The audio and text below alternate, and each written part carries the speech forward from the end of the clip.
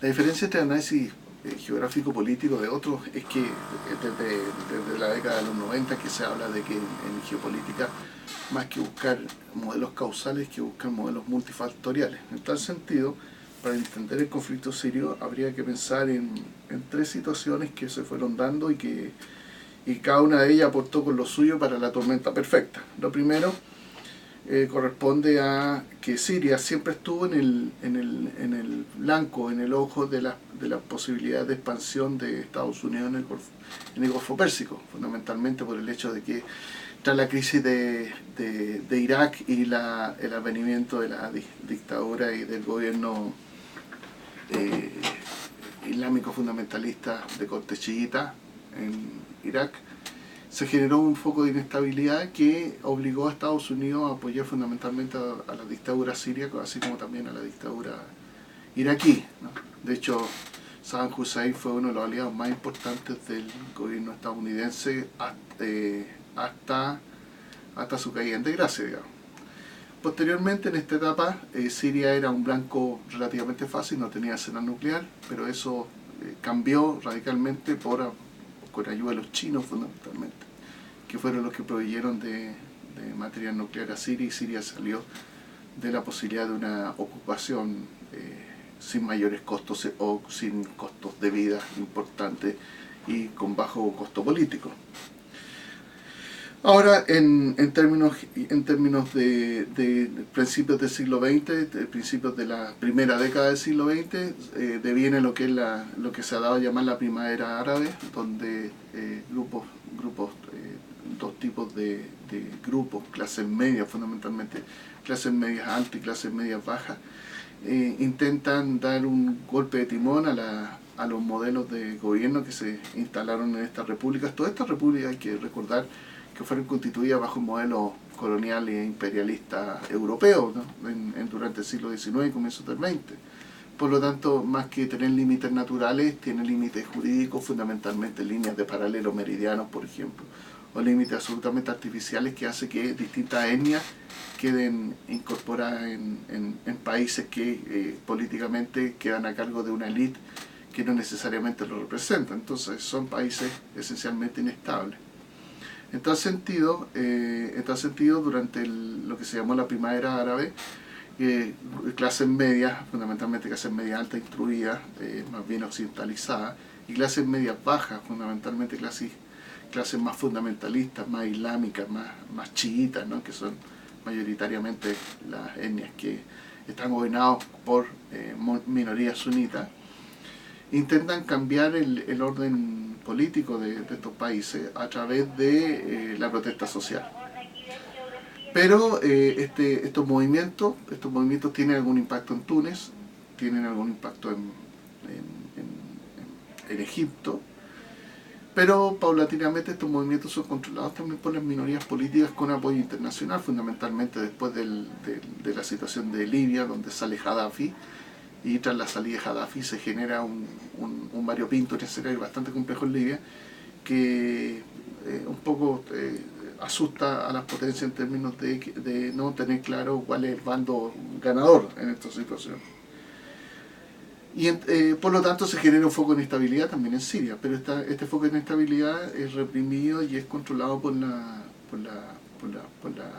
dictadura siria, o por el gobierno democrático sirio, como ellos se dan a llamar, o por un régimen de élite en Siria, sin mayores costos aparentemente, pero queda en el inconsciente colectivo sirio de que el gobierno actuó con una represión salvaje, la policía secreta actuó de una manera casi impune, y por lo tanto el poco crédito que le queda al gobierno en términos de las clases medias fundamentalmente se agotó. Pero toda revolución, más que un grupo social específico, necesita una base demográfica mayor, y esta vino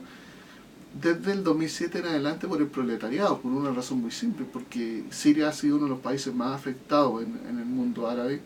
por el cambio climático global. El clima de Siria y las condiciones de Siria hacen que la agricultura sea bastante sensible, ¿no? Y los rendimientos agrícolas cada vez han ido en baja, y se incrementaron, especialmente desde 2014 en adelante, los niveles de pobreza en el campo, y a partir de eso un grupo importante de proletariado rural,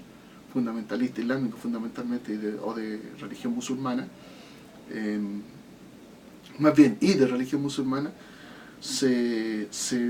migran hacia las ciudades intermedias, que también están afectadas fundamentalmente por un foco importante de baja en los precios del petróleo y por lo tanto con un incremento en la pobreza. Las clases medias también han ido perdiendo paulatinamente su poder adquisitivo, viene el encarecimiento de los productos agrícolas y por lo tanto se produce una crisis económica en la cual el Estado no tiene mayor capacidad de reacción. Todo eso hace que tengamos un componente mayoritario, un componente mayor, digamos, para la generación de los procesos revolucionarios. Por esa razón, cuando uno escucha la situación de Siria, casi es una guerra de barrio a barrio, digamos, ¿no? Son grupos que es bastante complejo descifrar de quiénes se trata, porque está mezclado todo, está mezclado la desesperanza económica como también prerrogativas de carácter religioso ancestral, elementos fundamentalistas que quieren transformar un poco el país en una suerte de sultanía, y las fuerzas creadoras que existen en estos países a raíz de lo que comenté anteriormente, de la configuración de un modelo colonial donde el germen de la fragmentación es una amenaza permanente para este tipo de países. Ahora, viene la revuelta a gran escala en Siria, y el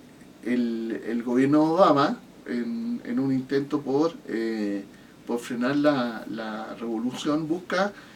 a aquellos aliados que piensan que pueden ganar la batalla o que pueden ganar o pueden acceder al poder, alcanzar el poder, y le quita el apoyo a la dictadura siria y busca apoyo en los grupos que están contra la dictadura siria. Sin embargo, estos grupos son bastante informes, tienen prerrogativas, tienen pretensiones bastante distintas unos de otros, razón por la cual es difícil concitar apoyo de los países extranjeros, y Estados Unidos como que queda librado su propia suerte en términos de buscar apoyos para estos países, y queda la idea de que Estados Unidos le quita el apoyo a la dictadura y busca apoyar a aquellos grupos que se levantan en contra de la dictadura. Y eso es un problema grave, porque dentro de esos grupos están grupos fundamentalistas que tienen un componente bastante poco amistoso con respecto a Estados Unidos. Entonces, sobre esa perspectiva, Francia y Gran Bretaña, que habían apoyado inicialmente a Estados Unidos, Francia y Gran Bretaña como que echan un poco pie atrás y adquieren una visión más bien de espera que las cosas decanten para tomar las decisiones más certeras. Sobre todo que Estados Unidos, a diferencia de Francia y de Gran Bretaña, no tiene población musulmana en sus principales ciudades, como sí tiene Francia y como sí tiene Gran Bretaña. O sea, las chabolas de Francia, las chabolas de Gran Bretaña hay mucha población musulmana. Por lo tanto, el tomar decisiones incorrectas en términos de a qué grupo apoyar puede generar procesos de terrorismo interno que Estados Unidos no tiene de manera tan patente. Y Rusia con el objetivo de... Rusia no tiene enemigos en el mundo árabe. Primero porque es autosuficiente en materia petrolífera. Por lo tanto, tiene amistades, por decirlo de alguna manera, con todos los grupos que están conflictuando. Y por lo tanto toma la decisión de mantener a Siria como un Estado, porque la segunda alternativa, el apoyar a los grupos que se levantan en contra de la dictadura siria, es generar un Estado fragmentado. Por lo tanto, Rusia toma la decisión de asegurar que Siria no se divida, y por lo tanto apoya al gobierno que en estos minutos está gobernando Siria, en contra de estos grupos de intereses tan diversos. Y eso hace que Rusia entre en conflicto con Estados Unidos, porque Rusia puede hacerlo, porque como les comentaba, Rusia tiene amistad con Israel, tiene amistad con Palestina, tiene amistad con Irak, tiene amistad con Siria, tiene amistad con Libia. O sea, Rusia no tiene problemas en el mundo árabe. Por lo tanto, Rusia puede hacer lo que le parezca, y en ese sentido Rusia toma una decisión de apoyar a la dictadura siria para mantener la unidad política del territorio sirio y mantenerlo de alguna manera mantener la inviolabilidad de este territorio sirio para aislar el Golfo Pérsico, lo que significa la presencia de Estados Unidos en el Golfo Pérsico. Eso.